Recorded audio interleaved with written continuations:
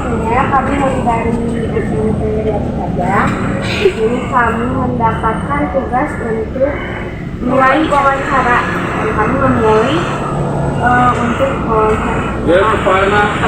Apakah Bapak ya menjadi narasumbernya? Siap. Kalau di sini aja.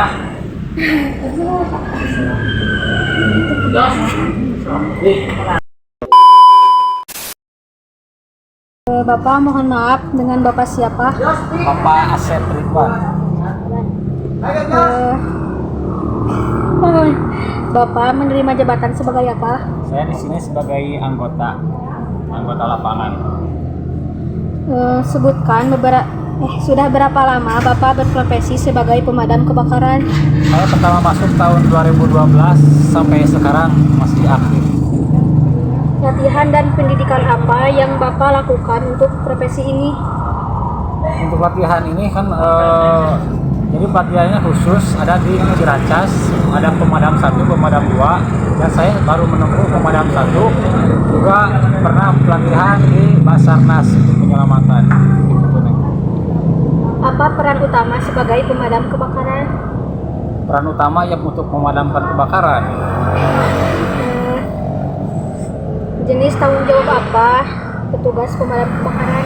Jenis tanggung jawab apa? Ya, tanggung jawab terhadap masyarakat yang membutuhkan untuk pemadam kebakaran jikalau terjadi kebakaran.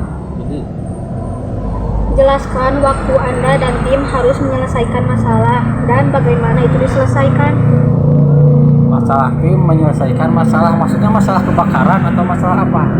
Kalau masalah kebakaran itu kan ada SOP-nya. Jadi kita kalau berangkat dari sini menuju TKP kebakaran itu SOP-nya maksimal 15 menit kami sudah harus ada di TKP. Nah, untuk pemadaman tersendiri itu dilihat kondisi apinya apa besar, apa api masih kecil. Kalau kecil kita kerjanya sebentar, kalau besar yang memungkinkan membutuhkan air yang banyak, unit yang banyak. Seperti itu. Apa kualitas yang paling penting pada pemadam kebakaran? Kualitas yang penting yaitu badan kita yang sehat, yang bugar. Yang kedua, dan yang jelas kami itu ya peran yang penting itu anggota-anggota yang terlatih, karena memadamkan kebakaran tidak hanya keberanian saja, harus dengan skill-skillnya. Ya. Berdasarkan temuan Bapak di lapangan, apa saja faktor yang menyebabkan timbulnya kebakaran? Yang penyebab kebakaran ya 50% dari kemungkinan itu juga kemungkinan dari korsleting arus pendek listrik, kemungkinan itu juga. Yang kedua dari jadi kompor regulator, kompor gas, tabung gas dulu. Yang ketiganya faktor kelalaian dan faktor disengaja. Apa yang harus dan tidak boleh dilakukan oleh masyarakat supaya tidak menjadi korban kebakaran? Yang tidak boleh dilakukan terjadi apabila mengetahui terjadi kebakaran yang hebat, yang besar. Nah, kita jangan, kalau tidak tahu tekniknya, jangan sekali-kali mencoba masuk ke dalam itu untuk memadamkan. Alangkah baiknya kita segera menelepon pemadam kebakaran, karena kalau misalkan terjadi kebakaran rata-rata orang tidak ada yang menelepon tapi sibuk untuk memadamkan.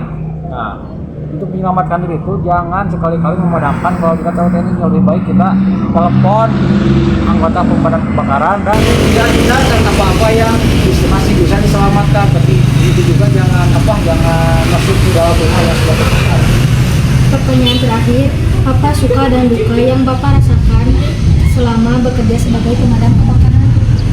Ya, kalau dukanya itu sangat kebakaran itu, apalagi kalau orang yang tidak punya, kalau dia kebakaran itu kan hartanya habis semua terbakar. Beda dengan yang kemalingan, hanya 212 yang tidak ada. Tapi kalau kebakaran itu kan hangus semuanya, banyak. Kalau yang sukanya ya mungkin kami berhasil memadamkan kebakaran. Misalkan di tengah-tengah ada kebakaran dan yang pinggir-pinggir itu ya tidak terjadi kebakaran, karena kami sudah memadamkan yang itu yang menjadi sebab kami dari bisa diselamatkan. Kalau terbakar berapa asetnya rugi, tapi kalau selamat lagi dia aset berhasil.